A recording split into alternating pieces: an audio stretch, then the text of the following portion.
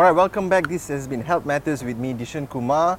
And earlier, today's topic is actually about children that have Down syndrome. And earlier, we talked to Joy, who is a physiotherapist and we managed to get the Down syndrome issue from her perspective. But now we have a parent who actually has a child who suffers from Down syndrome. So thank you so much for joining us today. Thank you. Alright, so let's start off with the story of your child, Aisyah. Yes. Right? So, when did you actually find out that she actually had this condition? When I was pregnant, when I was 26 weeks pregnant, the doctor actually detected that Aisyah has a hole in the heart. Okay. So the question is, the doctor told me that it might be trisomy 21. So which is the chromosome, the extra chromosome that leads to Down syndrome. Yeah. Exactly. So therefore, actually learned, it strengthened me. Actually, I was shocked, and then I was actually loss of information as well. So at that point of time, then the doctor said it's okay, you can go through this, and kids with Down syndrome are able to be trained and lead a positive life as well. Yeah. Okay, so the heart disease that she had, is she okay now? You guys had to treat that as well? Yes. We did had to had an operation, and when she was 5 months old in IJN. Wow. Yes. So prior to that, before That's that, very scary. 5 months old. Yes, it is. is. A major operation. Right? It is a major operation, so open heart surgery. Yeah. So how was that situation? At 5 months old, she was going for an operation. So then she after a few days later, she was out from the ICU, and it means that she's quite strong actually. Yeah. She's a strong kid. Yeah, she's a strong kid. Yeah. And after her operation, 5 months old, I could actually see her first smile. Wow. Yeah, that was her smile, and we never actually saw her smile prior to that. And she was smiling and laughing. That's the joy that we saw in her actually. Yeah. And when after 5 months, how did you actually find out about Okay, at first when I delivered Aisyah, I went to Google and I searched actually, and I found Kiwanis, that does early intervention program. So they actually accept the kids from the age of 2 months old. Yeah, that was very interesting because just now we talked to Joy and she's like, we accept kids who are 2 months old, and I'm like, wow, even 2 months you actually can do something to better the development. And exactly. So interesting. So you actually brought Aisyah in, and I bought after the operation, after 5. No, not really. She before goes that? in prior to that, and I okay. put in the application when she was like a month old. Okay. Yeah, and she went in when she was 4 months old, and she took a break for a month, and then went back to Kiwanis, and then from there you will see lots of progress actually. She's able to actually reach a lot of milestones later on. Yeah. Okay. It's difficult for me to actually sit here because I've not gone through this experience, but we want to show your story of a parent who actually found out that a child has Down syndrome. For all parents out there, you can actually share with them your experience or maybe your advice of how a parent should be able to take this news. Exactly.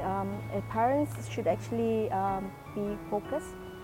What do they want to do for their child first is try to get an early intervention program.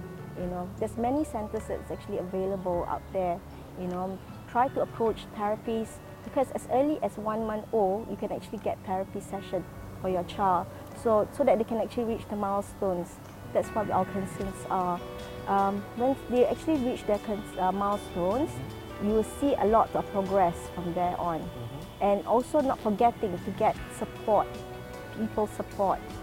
In Kiwanis itself, there is mentor support. You can actually request for them to help you out.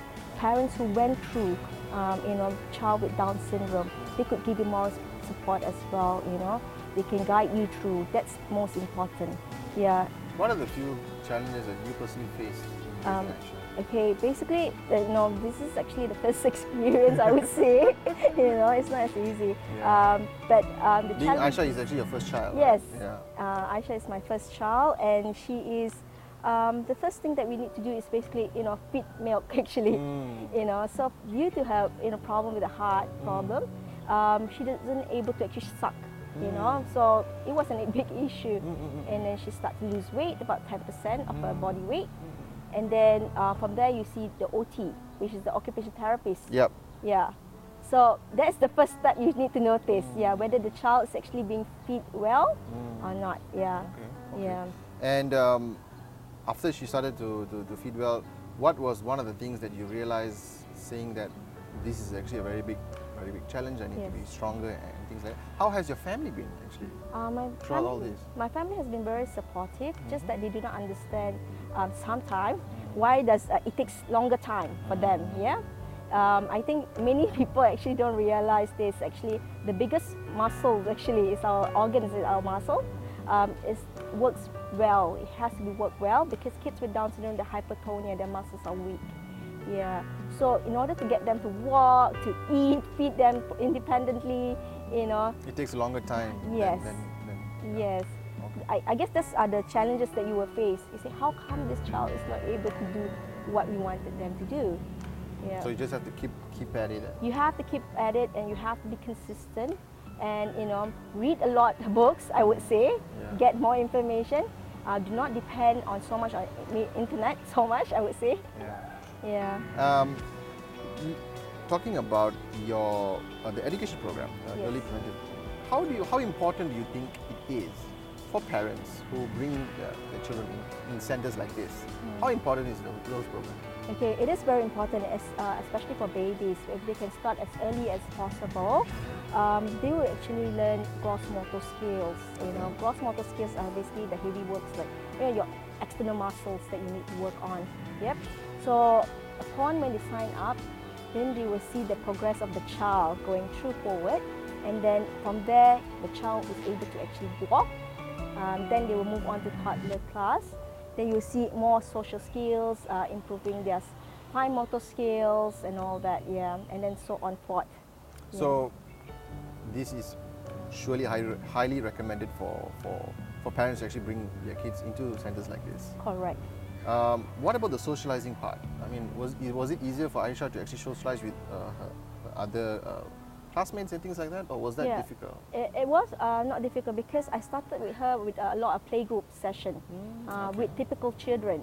Yeah, so she actually goes to little gym. She actually perform, very well, Wow. Yeah, and when you see she's able to mingle with other typical children, able to follow instruction, that shows that she can do it. Yeah. That was quite interesting. Like you shared with me a small story about she knew about the interview today, and then she's definitely a person who's actually a very strong-willed person. And we can move on into. We try to, in shows like this, in programs like this, we actually try to tell everyone who's watching at home that it's not the end when a person is suffering from a certain type of condition. Correct. So maybe you can tell us from your perspective, how does the future look for you, and how does the future look for Aisyah? Okay, for me, it's not the end actually, the road, because kids with Down syndrome, they could actually be trained, and with consistency of the parents' help, the kids are able to actually achieve better. If you could actually see a lot of stories shared among overseas, and they also in Malaysia as well, parents actually help the kids to actually be independent. They could actually work in like in hospitality business, in cafe, so it's not the end actually. Yeah, so you can actually work with centers that actually works to have a placement jobs.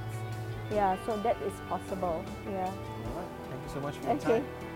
All right, thank you for watching. This has been Health Matters with me, Dishan Kumar, and today we have covered a lot on children who have Down syndrome. It's something that affects a lot of people, affects their parents. We got a few perspectives, one from a physiotherapist and also from a parent. The most important thing we have to take away from this episode is it's still a bright future for these children, and we cannot give up on them. I'll catch you in the next episode. This is Health Matters with me, Dishan Kumar. Goodbye.